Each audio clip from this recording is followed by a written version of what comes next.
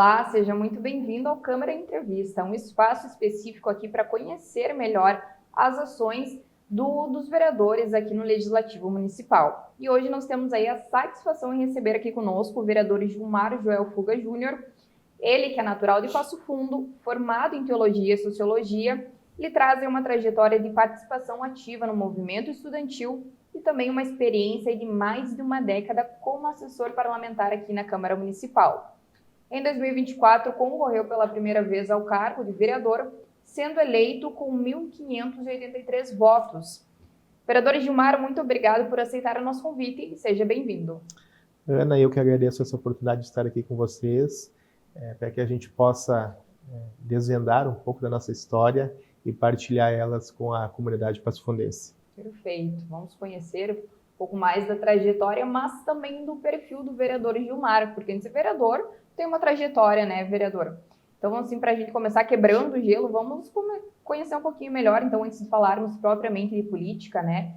Quem que é o Gilmar fora da Câmara, né? Quais são aí os seus hobbies, os seus lazeres, né? Como que é um pouco da sua rotina fora do mandato? Certo. Gilmar é um cara de 40 anos de idade que nasceu e se criou na comunidade do Bairro Operária, que são duas comunidades juntas ali, Bairro Operário e Bairro União. Estudei na escola Adelino Pereira Simões, onde ali a gente começou a nossa trajetória de movimento estudantil, fiz parte do Grêmio Estudantil. Posteriormente, exerci a função de vice-presidente da União Municipal dos Estudantes Secundaristas. Posteriormente, a gente teve uma caminhada no Diretório Central de Estudantes, lá da UPF, quando, inclusive, o nosso colega aqui de Câmara, o vereador Rafael Colucci, estava presidente do DCE, exercia a função de presidente do Diretório Acadêmico de Ciências Econômicas, Contábeis e Administrativas da UPF. Então, o nosso início de trajetória, ele foi dentro do movimento estudantil. Mas a origem desse movimento de trabalho no movimento estudantil foi um sentimento de indignação, né, em relação à sociedade. A gente vem de uma família muito humilde, uma família muito simples. Muitas vezes os sonhos de criança não poderiam ser alcançados porque nossos pais não tinham condições de nos alcançar. Muitas vezes nós não tínhamos as condições de ter as necessidades mínimas e ou te marca ou te cobre o sentimento das frustrações que você tem na sua infância. Então, o passar fome, o não ter condição de ter uma mochila, de ter um material escolar, a condição de você poder usufruir de sonhos e desejos materiais que as crianças têm, causou uma nascente de sentimento de luta, né, na nossa vida, e a gente começou a desenvolver isso dentro do movimento estudantil. E isso fez com que, posteriormente, a gente pudesse fazer nossa faculdade e cada vez mais aprender e se qualificar na questão da discussão do que é sociedade, do que é divisão de classes e de tudo aquilo que a gente presenciou na nossa vida, para que a gente buscasse um pouco mais de equidade social e muito mais justiça social para as comunidades mais carentes e para aquelas pessoas que muitas vezes são esquecidas ou estão fora do radar do poder público. Perfeito. Todas essas entidades, movimentos que o senhor cita ter participado, já são formas muito ativas de política, né? Mesmo que de maneira mais setorizada, né? Universitária, escolar, mas já é uma representação de voz, né? Dessa classe, dos estudantes, DCE, inclusive, né? O senhor chegou a participar com um colega, Rafael Colucci, que em outra entrevista também, em outra oportunidade também ele já havia citado, né? Já começa nessa época essa questão da política, né, de se envolver com determinados assuntos, né, enfim, reivindicar alguma questão nessas, como o senhor citou. E também o senhor acabou ainda na parte de estudos, o senhor acabou escolhendo aí a teologia e a sociologia, né, que são temas também bem específicos. Então, de que forma, vereador, que essas áreas hoje, né, elas ajudam a pensar políticas públicas, né? Acredito que tenha sido uma escolha já pensando, de certa forma, nessa questão da sociedade, né, como um todo. O movimento estudantil, ela nada mais era que uma discussão de de defesa de classes, né? Então era contra o aumento da mensalidade, era a favor do bandejão.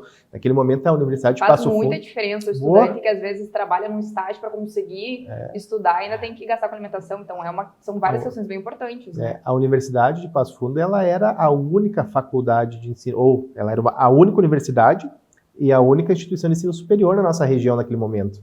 Então ela tinha a totalidade do mercado. Então a gente lutar contra o aumento do Vale Transporte, a gente lutar pelo bandejão que nós tínhamos lá no RU, nós lutarmos contra o aumento das mensalidades, era buscar oportunidade para os menos favorecidos. Então essa luta de classe é o que muitas vezes fazia enriquecer e garantir direitos. Né? Eu comecei cursando administração de empresas, eu fui até o 7º semestre e vi que aquilo não era para mim. Não quis mais. Não quis mais. Aí eu cursei bacharel em teologia e, posteriormente, eu cursei licenciatura plena em estudos sociais, ou sociologia. Então, por quê? Porque a gente acredita que somente a educação fortalece um país.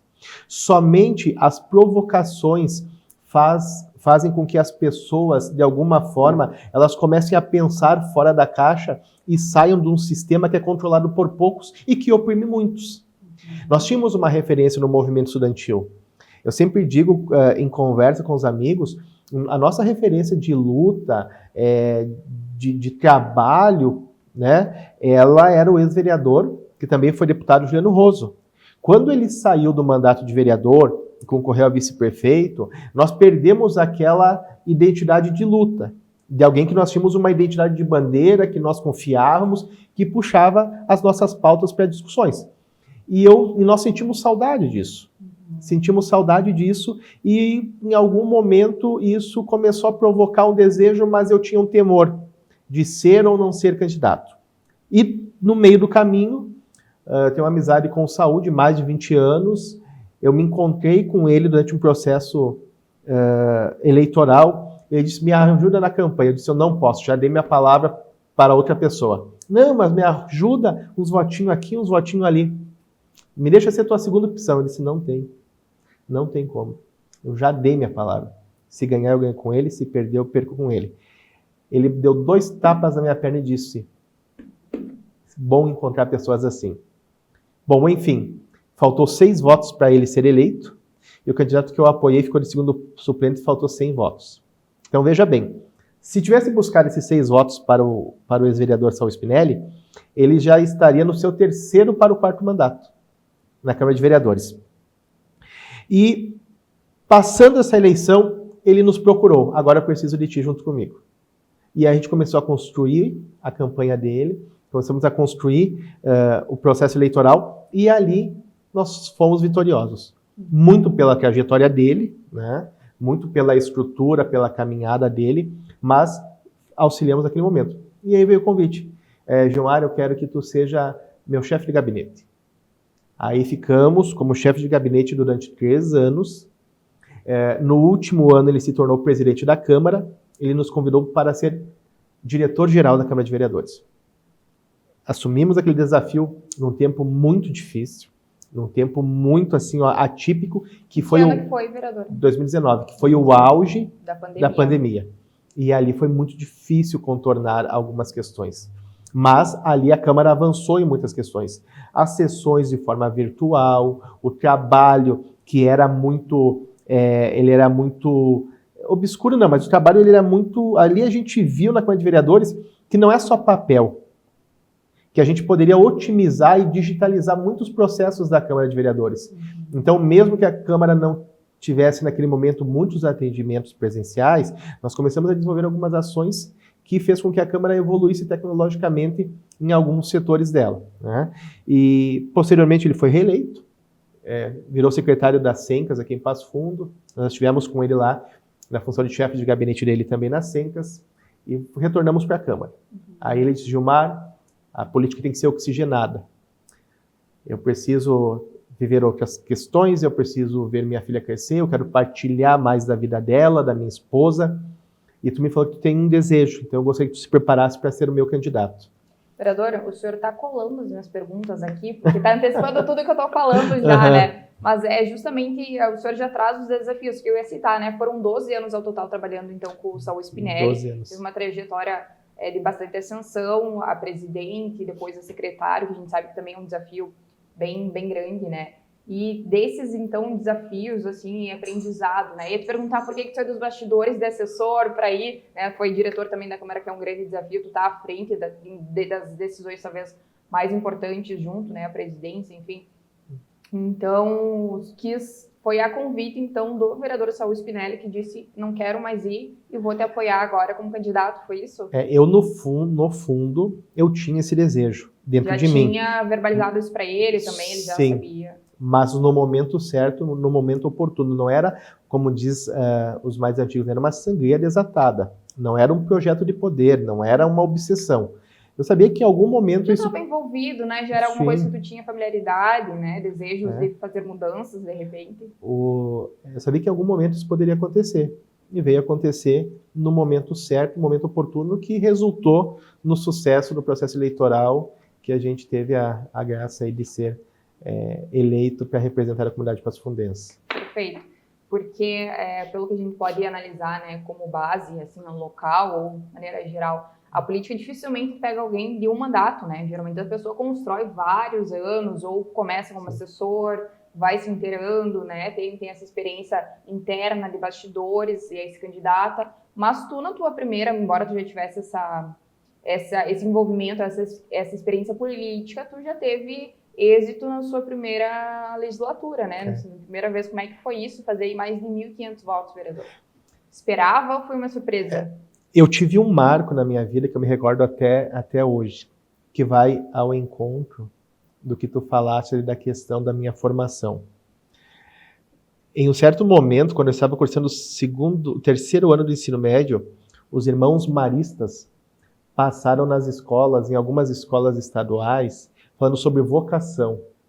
E nesse momento eles nos convidaram para fazer um teste vocacional. E eu fui.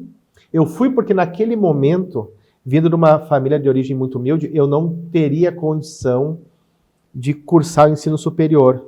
Mas eu gostava, porque eu era muito presente na comunidade católica do meu bairro lá. Uhum.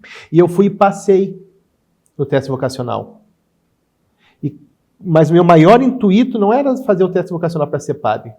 Era para poder ser a primeira pessoa da minha família a ter ensino superior. Naquele momento, foi um paradigma de visão na minha vida. Pois eu fiz o processo vocacional, eu passei nos testes, eles foram até a minha casa para falar com a minha família para que eu fosse para o seminário no outro ano. A minha família não deixou, disse que eu era louco. E eu era menor de idade, eu não poderia ter uma decisão. Eu acatei. E a primeira faculdade, a faculdade de teologia posterior a isso que eu fiz, foi para conhecer um pouco mais da questão religiosa, da questão espiritual e da questão do ser humano. Hoje, todos acham que... a psicologia, ela entende muito, trabalha muito a questão do ser humano. Mas teologia, ela faz tu ter um outro olhar científico para poder entender todos os movimentos sociais, todos os comportamentos das pessoas e como os traumas dela fazem com que ela procure dentro de si, mas em algo superior, a sua felicidade, as cicatrizes dos seus ferimentos ou até mesmo a cura da sua alma através de frustrações que a pessoa teve durante a vida. Me fez crescer muito. E me fez ver que existia mais pessoas assim que precisavam de líderes para ajudar, para colaborar e para lutar por elas. Alguma experiência que a gente teve nas Sencas, na Secretaria de Assistência Social, existia mães que chegavam lá gritando, desequilibradas emocionalmente e fora do ponto de equilíbrio. Depois eu fui entender que elas não eram mal educadas. Depois eu fui entender que elas não queriam nos agredir. Foi naquele momento que eu fui entender que existiam pessoas que não tinham condições de ter um acompanhamento educacional, uma formação educacional, uma formação cultural e que nós tínhamos que avançar, nós tínhamos que lutar e eu tinha ferramentas para lutar, para buscar educação, buscar habitação, buscar condições de justiça social para que nas pessoas mais carentes, nas comunidades mais carentes da nossa cidade, o poder público começasse a ter um olhar para mudar a realidade dessas pessoas. E isso nós só iríamos construir com luta. E é a partir daí que a gente começou a sonhar e planejar essa questão da campanha. Mas, como eu disse antes, sabendo que tudo ia acontecer no tempo de Deus, no momento certo, quando estivesse planejado por Ele e Ele achasse que eu estivesse pronto para encarar esse desafio. E assim foi. Vereador, nesse primeiro bloco, então, conhecemos um pouquinho mais do Gilmar, especialmente do início da sua trajetória, suas motivações, até então a chegada aí, né, à sua legislatura. Pois bem, agora nós vamos para um rápido intervalo e na sequência, vereador, quero saber mais agora de maneira mais específica sobre seu mandato, projetos e bandeiras que já estão em atividade nesse seu primeiro ano como vereador. Nós vamos para um rápido intervalo e já voltamos, fique conosco.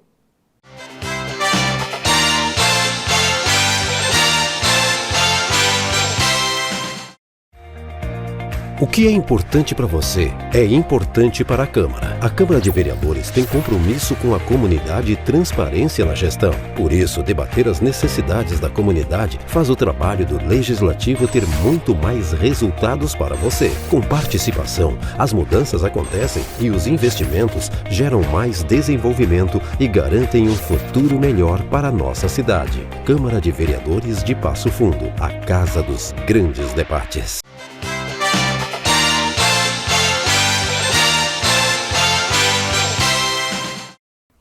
Voltamos agora, então, com Câmara Entrevista e vamos para o segundo bloco. Nosso convidado de hoje, então, é o vereador Gilmar Joel Fuga Júnior, que está nos contando sobre a sua trajetória. Vereador, no primeiro bloco, então, conhecemos um pouco mais do senhor, das suas motivações, dos seus propósitos. E agora vamos conhecer um pouquinho mais, então, da sua realidade já como vereador eleito e quais são, né, os seus principais projetos, bandeiras, né, o que a gente tem feito, acompanhado até agora, então, que o senhor já tem feito aqui na Câmara Municipal. Certo. No início do nosso mandato, eu sempre me referi que eu tive a bênção de ter amigos. Foram os amigos que nos ajudaram a construir essa história e essa representatividade aqui dentro da Câmara de Vereadores. Sendo assim, nós temos um mandato que ele é coletivo, que ele é participativo. Ou seja, todos contribuem de alguma forma. E a gente propôs fazer um mandato que fosse um mandato mais próximo das comunidades, mais próximo das pessoas. Um mandato que sentisse as dores que as mães sentem, as dores que as famílias sentem dentro das comunidades carentes da nossa cidade. Desde então, nós fizemos algumas proposições para o governo municipal, realizamos algumas buscas no governo do estado e no governo federal, no sentido de políticas públicas e de incentivos financeiros, e também desenvolvemos alguns projetos de leis. Acredito que todos os projetos de leis que nós propomos são projetos que alteram o dia a dia da nossa comunidade. Nós propomos 5 projetos de lei. O primeiro dele foi o projeto de lei Henrique de Brito, que ele faz jus a um menino que nos deixou e a um anjo no céu, que ele era uma criança especial e cumpriu sua missão na Terra e é filho de uma servidora de quadro lá da Secretaria de Assistência Social, que é a Jucemara de Brito. Essa lei, Henrique de Brito, ela vai ao encontro que traz a prioridade no atendimento às pessoas com deficiência na nossa cidade.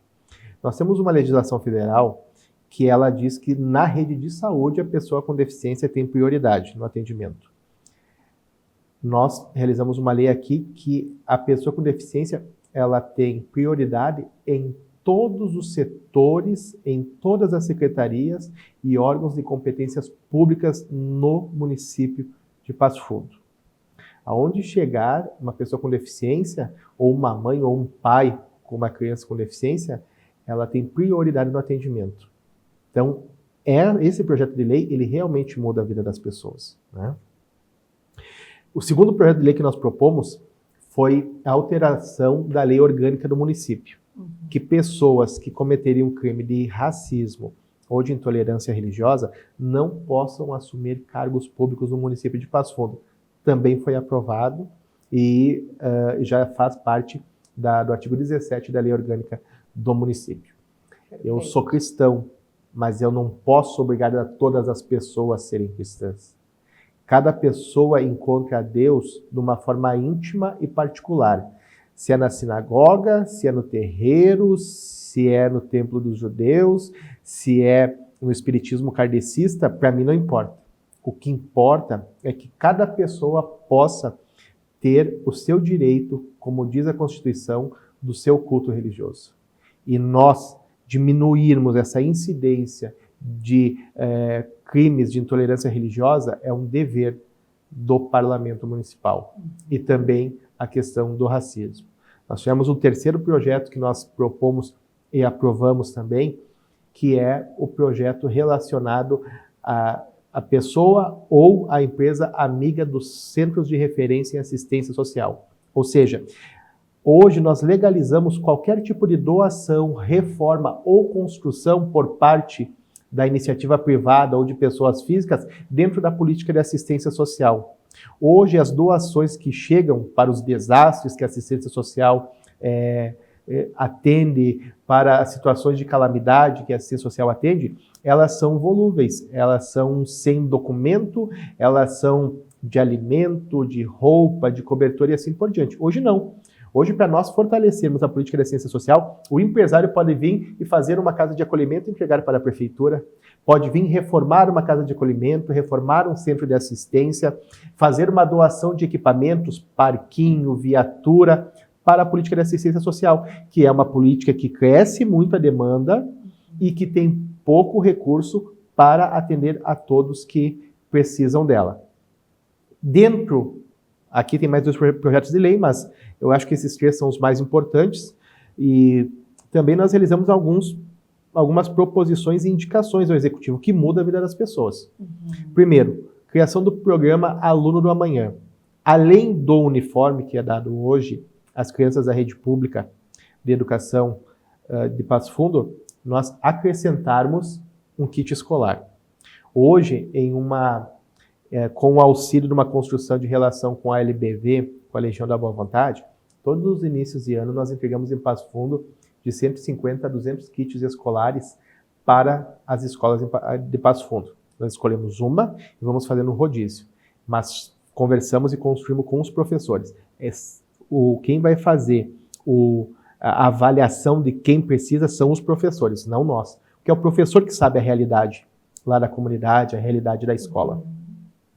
Sendo assim, dentro disso, há alguns anos atrás, já há alguns anos eu sou voluntário do programa da Rádio Irapuru, que é o programa Papai Noel Existe, é o projeto desse final de ano. Eu pego umas cartinhas e vou entregar as cartinhas, os presentes. E a gente vê que mais de 70% das cartas não é brinquedo, a solicitação das crianças. Material escolar e comida. Material escolar, comida e roupa. O que isso quer dizer? Quer dizer que uma criança, na sua inocência, se nós fizermos uma analogia, ela vai pedir o desejo do seu coração. Uma boneca, um videogame, uma bola, um brinquedo. Porque é essa inocência que faz ela sonhar. Quando ela pede material de construção, material escolar, roupa, material escolar, roupa e também ela pede comida, ela tem alguém orientando. E quando ela tem alguém orientando, é o pai e a mãe que estão pensando, eu vou ter dificuldade de comprar material escolar esse ano. E muitas crianças ficam 1 semana, 2 semanas, ou até o primeiro mês sem ir na aula porque não tem material escolar. Então, esse programa que nós sugerimos, através de indicação para o Poder Público Municipal, ele reforçaria muito a questão da educação básica do município. E eu acredito que o Passo Fundo tem sido referência na construção da educação pública, referência no projeto da Cidade Educadora, mas Cidade Educadora é quando tu fortalece e dá a oportunidade de todos começarem o ano letivo no primeiro dia com o mesmo material daqueles que não puderam comprar. Aqueles que puderam comprar. Então esse projeto ele é a cereja do bolo, que a gente já se reuniu 2 vezes com o secretário de Educação e está em estudo. Segundo programa que a gente indicou para o município é o atendimento odontológico 24 horas. A dor de dente, nada não diferente... Não tem hora, né, para aparecer. De um problema de saúde. Ele é um problema de saúde, né? Então, tu não escolhe o dia e o horário que tu fica doente. Hoje nós temos um horário comercial e no final de semana tem às 14 horas. Mas feriado, noite, final de sábado e domingo o dia todo, nós não temos esse atendimento. Hoje uma consulta... E às vezes é o tempo que a pessoa poderia e teria disponível para ir buscar esse atendimento, né? Porque Isso. Trabalha, tem outras atividades. Isso. Então nós propomos isso e o prefeito iria estudar, e nós acreditamos que nos próximos meses isso será implantado aqui no município de Passo Fundo.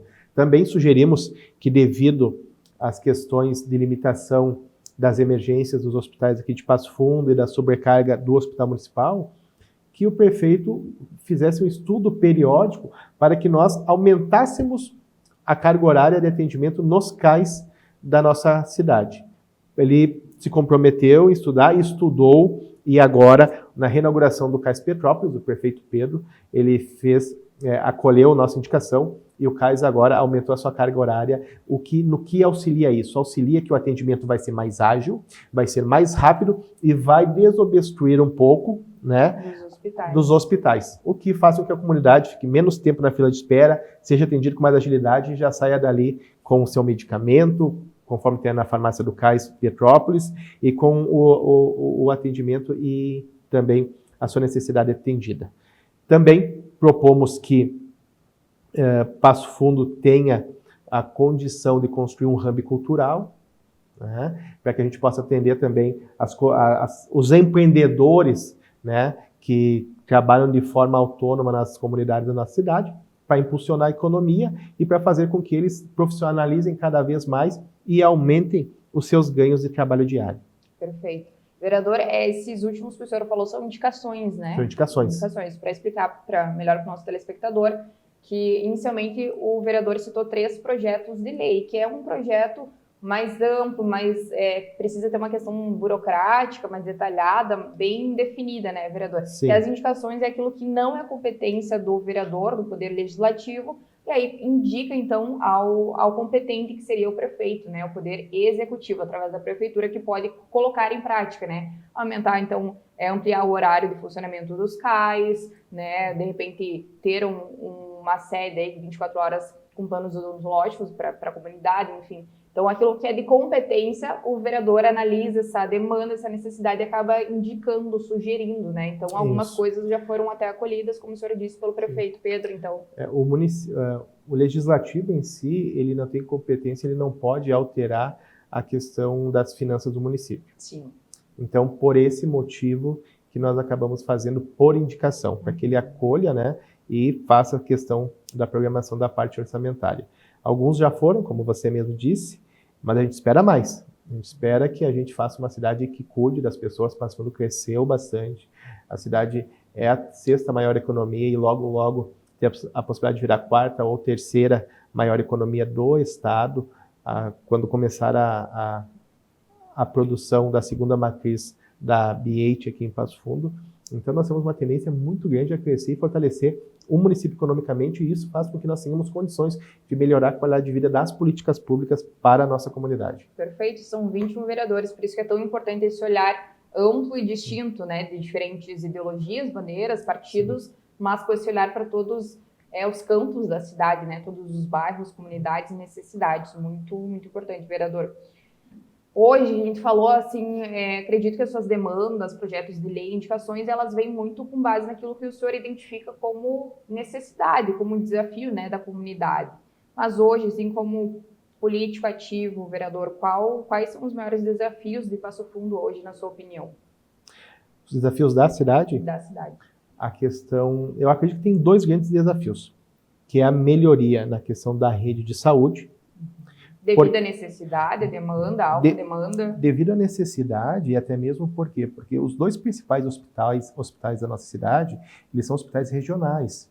Eles acabam, muitas vezes, atendendo um percentual muito grande de pessoas da região e não conseguem acolher a necessidade local. Então, nós fortalecermos as políticas públicas de saúde, fortalecermos os CAIs, fortalecermos o hospital Dr. César Santos, vai nos auxiliar nessa questão. Passo Fundo tem evoluído muito na questão de segurança pública. Agora nós vamos ter a cidade da polícia, que é um investimento de mais de 25 milhões do poder público municipal. Vai nos trazer mais segurança para a cidade, vai nos trazer mais condições de cada vez mais diminuir os índices de criminalidade na cidade. E a questão do trânsito, ele é algo primordial. Nós temos que a locomoção na cidade, ela está com dificuldade. Claro que a nossa cidade não foi pensada para esse tamanho. Nós temos uma cidade de quase 200 anos. Então não se imaginava um crescimento tão grande. Mas é um desafio muito grande a gente criar alternativas de rótulas, né, para que nós possamos, de alguma forma, melhorar o fluxo do trânsito na nossa cidade. Eu acho que esses são os dois grandes desafios que nós temos que enfrentar e achar alternativas para melhorar o dia a dia da nossa cidade. Perfeito. Vereador, a gente já falou um pouco sobre tudo, né? Vamos quase encerrando aí para o final do nosso programa de hoje, primeira entrevista, mas eu gostaria de saber se o senhor tem alguma coisa, se o senhor possa dar um spoiler aqui, antecipar alguma coisa que o senhor esteja em elaboração, seja um projeto de lei, uma indicação, alguma iniciativa, alguma ação aí do seu mandato que a gente pode esperar aí nos próximos dias ou meses, vereador. Nós estivemos junto com o vereador João Pedro e com o vereador Felipe Manfroy em Brasília. Nós anunciamos lá uma UTI móvel que foi encaminhada para Passo Fundo, investimento de mais de R$1 milhão do governo federal, e nós solicitamos mais uma. Então, acreditamos que daqui a uns dias nós teremos mais uma ambulância para Passo Fundo. Isso muda a vida das pessoas. Por que muda? Porque quanto maior o número de equipamentos, quanto maior o número de equipes, nós vamos ser mais ágeis no socorro que salva vidas.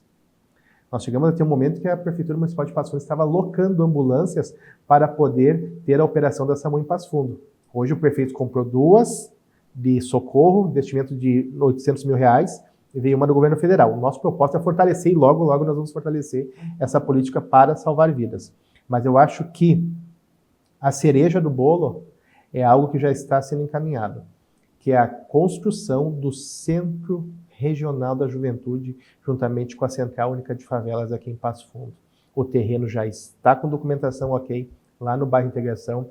Nós já captamos 50% de um valor total de R$2,5 milhões para nós fazermos um centro cultural da juventude, onde vai atender mais de 300 crianças em turno inverso das escolas de Passo Fundo. Tirar a criança da rua é tirar do aliciamento. Tirar a criança da rua é tirar das possibilidades de ter seus direitos violados. Tirar as crianças da rua é tirar do aliciamento do crime.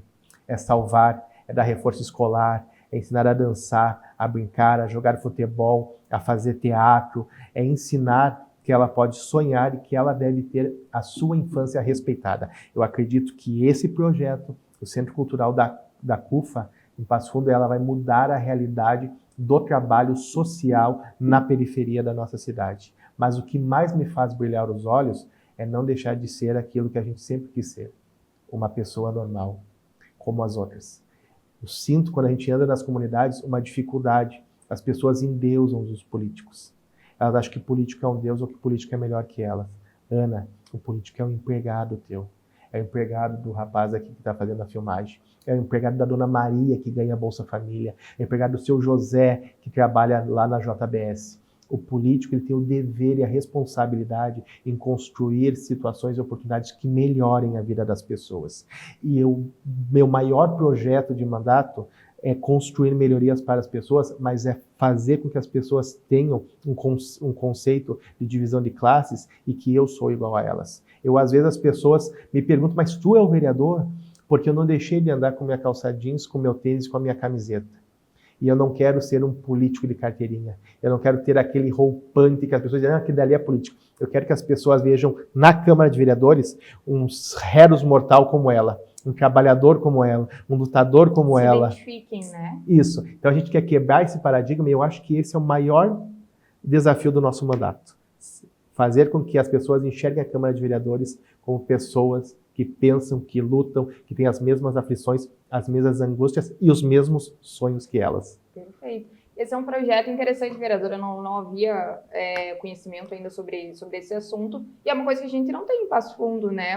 Um espaço específico para jovens, para desenvolvimento cultural, ou tem alguma coisa nesse sentido? O que acontece? Em 2017, teve alteração do marco regulatório da política de assistência social, onde as parcerias público-privadas ficaram totalmente comprometidas.